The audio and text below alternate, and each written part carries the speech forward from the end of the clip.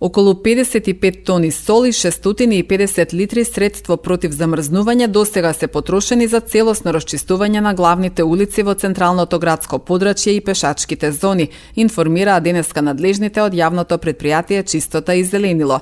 Иако вчера и во текот на изминатата ноќ немаше снежни врнежи, сепак заради ниските температури, екипите на комуналното претпријатие интензивно продолжија со активностите на терен.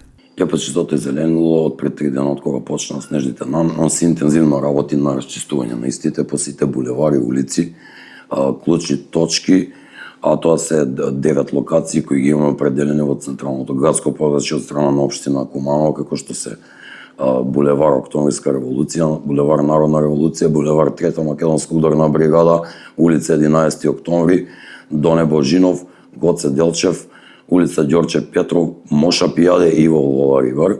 Истите интензивно се чистат 3 дена, 8 вчера кога немаше снежни наноси, значи со целокупната механизација во 3-сменско работење. Исто така паралелно со тоа тротоарите и пешачките зони во централното градско подрачје се прскаат со средство против замрзнување со ајсмелт, како би можеле граѓаните да бидат заштитени при движење низ истите. И екипите интензивно го работеа тоа и во целокупниот период ЈП Чистота и зеленило има фрлено околу 55 тони сол и има потрошено 650 литри средство за одмрзнување.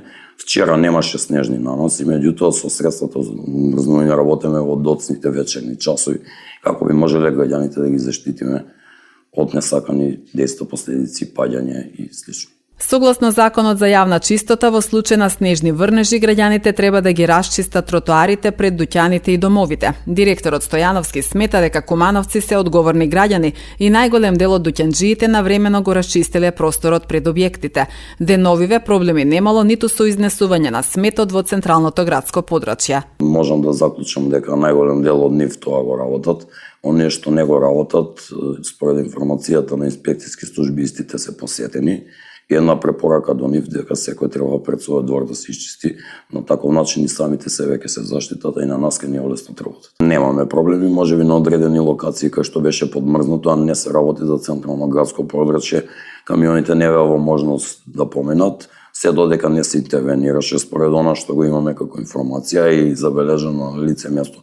Тоа траеше само половина ден или еден ден, затоа што приградските населби и селските рурални средини кои се задолжени на приватен оператор за кој има пуштено тендер општина Куманово, можеби не можеа во даден момент веднаш да одговорат. Истите во текот на тој ден, односно наредниот, се исчистени и нашите камиони си завршија својата примарна дејност и во тие делови. Чисти и проодни се и патиштата во приградските населби и селски средини за кои е задолжена приватната компанија Кооп Инженеринг. За зимското одржување на улиците и патиштата во населбите и руралните средини, општината одвои околу 130.000 евра вкупно за комуналното претпријатие и за приватната компанија.